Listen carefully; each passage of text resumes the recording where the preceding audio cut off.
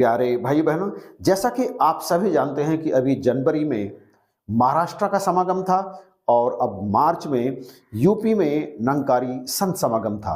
आप कमेंट में बताइएगा जरूर कि आप में से कौन कौन महापुरुष महाराष्ट्र के समागम में गए और किन्हें किन्हें यूपी का समागम करने का अवसर प्राप्त हुआ है, या कुछ ऐसे भी भाई बहन हैं जिन्हें दोनों समागम करने का सौभाग्य प्राप्त हुआ। दास अपनी बात करें तो मुझे इन दोनों में से किसी भी समागम में जाने का सौभाग्य प्राप्त नहीं हुआ। दरअसल दास की लाइन ऐसी है कि लंबी छुट्टियां नहीं हो पाती, परंतु बावजूद इसके सतगुरु मुझे समालखा का वार्षिक निरंकारी संत समागम संपूर्ण रूप से करने का अवसर प्रदान करते हैं। दरअसल वर्ष में एक बार मुझे वे 4-5 दिन की छुट्टियां मिल जाती हैं जो सतगुरु के चरण में पहुंचने का अवसर मुझे समालखा में मिलता है। लेकिन इसका अर्थ यह बिल्कुल भी नहीं है कि समालखा के समागम के अतिरिक्त मुझे कोई और समागम करने का अवसर मिलता ही नहीं, मिलता है।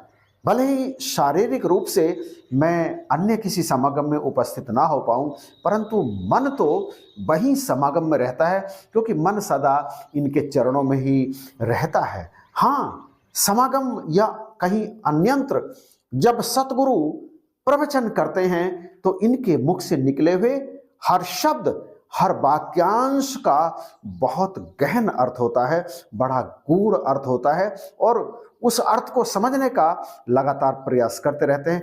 इस श्रृंखला में महाराष्ट्र के समागम में सतगुरु माता जी के मुख से एक वाक्य निकला, काम तो एक जीवन काटने का साधन है। कितना गहरा अर्थ माता जी के इस वाक्य का, काम तो एक जीवन काटने का साधन है। अच्छे अच्छे कंपनीज में इतनी हाई पोजीशंस पे एक इतनी कंपनीज होल्ड करते हैं, वो भी भक्त होते हैं, वो भी ये जानते हैं कि काम तो एक जीवन काटने का साधन है। इससे ही उस तरह से ना जुड़ जाएं, असली दात इस परमात्मा से जुड़े, फिर जीवन को सरल करने के लिए चाहे आज दातार ने जो बख्शा उसका बेस्ट क्या उस यूजेज में ला सकते हैं, उससे इंतजाम करके अपने जीवन का जिया, या फिर कल साधन अगर वो परमात्मा ले भी ले तो भक्त तो कभी हताश निराश नहीं होता। इन शब्दों के माध्यम से सतगुरु क्या कहना चाहते हैं? सतगुरु क्या कहना चाहते हैं सारे निरंकारी समाज से?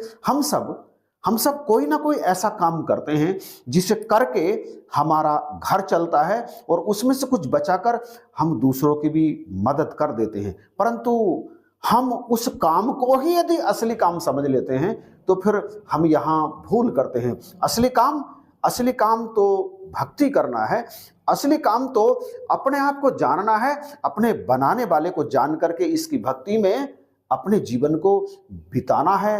रामचंद्र के भजन बिन जो चहे पद निर्वाण, ज्ञानवंत अपि सोनर पशु बिन पूछ बिशान। रामचरितमानस में भी कहा है कि यदि राम के भजन के बिना अपना कल्याण चाहता है, मोक्ष पद प्राप्त करना चाहता है, तो ये संभव है ही नहीं। ठीक उसी तरह से जैसे एक पशु बिना पूंछ और बिना सींग के होता है, एक पशु की बिना सींग और बिना पूंछ के जो स्थिति होती है, वही स्थिति एक मनुष्य की भक्ति के बिना होती है। इसलिए भक्ति है जीवन का मूल आधार। बाकी जो हम काम करते हैं वो काम जीवन जीने का एक साधन मात्र है, तो उस काम में इतने रम ना जाएं कि मूल काम को भूल जाएं। ऐसे ही एक छोटी सी कहानी दास को याद आ रही है। एक बार एक गांव में रहने वाले एक युवक की गाड़ी का एक पार्ट खराब हो गया, आसपास पार्ट नहीं मिला, तो मैकेनिक ने कहा नज़दीक के शहर से लेकर के आओ, और वो व्यक्ति पार्ट लेने शहर में पहुंच गया। जैसे ही वो मार्केट में पहुंचा, उसे उसके कुछ पुराने दोस्त वहां पर मिल गए और दोस्तों के साथ मिलजुल करके वो तमाम बातें वहां पे करने लगे। फिर नज़दीक के रेस्टोरेंट में पहुंच गए, वहां पर खाना खाया, और वहां पर भी जब बातचीत का दौर चला तो उस व्यक्ति को ये याद ही नहीं रहा कि आखिर मैं शहर में काम क्या करने के लिए आया हूं। और फिर शाम हो गई। शाम जैसे ही हुई उसने अपने दोस्तों से विदा ली और वापस अपने घर के लिए चल पड़ा। उसे अब तक भी ये ध्यान नहीं था कि वो आखिर शहर में आया एक पार्ट लेने था। जैसे घर पहुंचा तो मिस्त्री मैकेनिक तो उसका इंतजार कर रहा था। मैकेनिक को देखते के साथ उसे याद आया, अरे जिस काम को करने के लिए मैं शहर गया था वो काम तो मुझे याद ही नहीं रहा।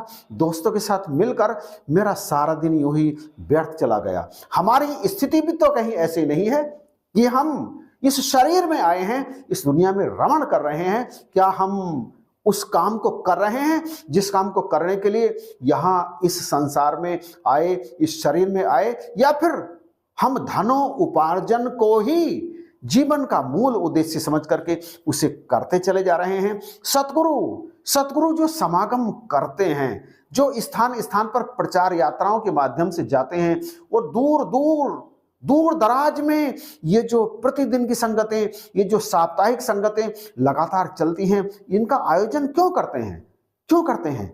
सिर्फ यह याद दिलाने के लिए कि ए इंसान, तो जिस काम को करने के लिए संसार में आया है उस काम को तो कर ले कि आए हो किस जहां से, क्या काम है तुम्हारा, लौटोगे किस मकां पर, जाओगे जब दोबारा क्या नहीं जाना, क्या सदा यहीं रहना है?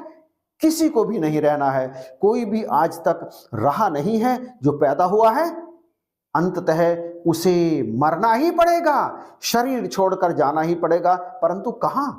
यह महत्वपूर्ण प्रश्न है कि इस शरीर को छोड़कर आखिर जाओगे कहां? इस सवाल का जब उत्तर मिल जाता है तब जीवन का उद्देश्य पूर्ण होता है। इसलिए ये बड़े बड़े समागम लगाए जाते हैं, प्रचार यात्राएं की जाती हैं, स्थान स्थान पर सत्संग होती हैं। इनके पीछे यही कारण है कि इंसान अपने मूल काम को कर ले। वो जो दुनियावी काम हम लगातार कर रहे हैं, करना इनका भी जरूरी है, क्योंकि इनके करने से ही परिवार भी चलता है और ये जीवन आगे बढ़ता है। यदि वो काम नहीं करेंगे तो जीवन की गाड़ी रुक सकती है, परंतु वो काम मुख्य नहीं है। मुख्य काम जो है उसे समझना चाहिए, उसे करना चाहिए। उसे किए बिना इस जीवन का मोल नहीं बढ़ सकता। तो सतगुरु की एक एक बात को बड़े ध्यान से सुनना चाहिए, मनन करना चाहिए और उसे अपने जीवन में हूबहू उतारना चाहिए। यही एक सच्चे गुरसिक की पहचान होती है और यही समागम में जाकर के हमें अपने जीवन में उतारना होता है। बख्शिश करो, कृपा करो। इस वीडियो में बस यहीं पर हम विराम करते हैं। शीघ्र ही अगले वीडियो में मिलेंगे। कई महापुरुषों ने पहले भी कमेंट किया कि अवतार वाणी और हरदेव वाणी के शब्दों को, जो वो पद हैं, उन पर भी वीडियो बनाने की कृपा किया करें। तो कृपा तो सद्गुरु ही करते हैं, हम तो केवल कर्म कर रहे हैं कि अपने संतों महापुरुषों तक कुछ ऐसी बातें पहुंचाने की कोशिश की जाए जो हमारे जीवन में लागू हों। तो यदि आप भी चाहते हैं कि अवतार वाणी और हरदेव वाणी के जो पद हैं उन पर भी यहाँ पर चर्चा की जाए तो कमेंट करके बताइएगा जरूर। बस इन्हीं शब्दों के साथ दास आपसे इजाज़त चाहता है। आप सभी को जय हिंद, नमस्कार और प्यार भरी धन्यवाद।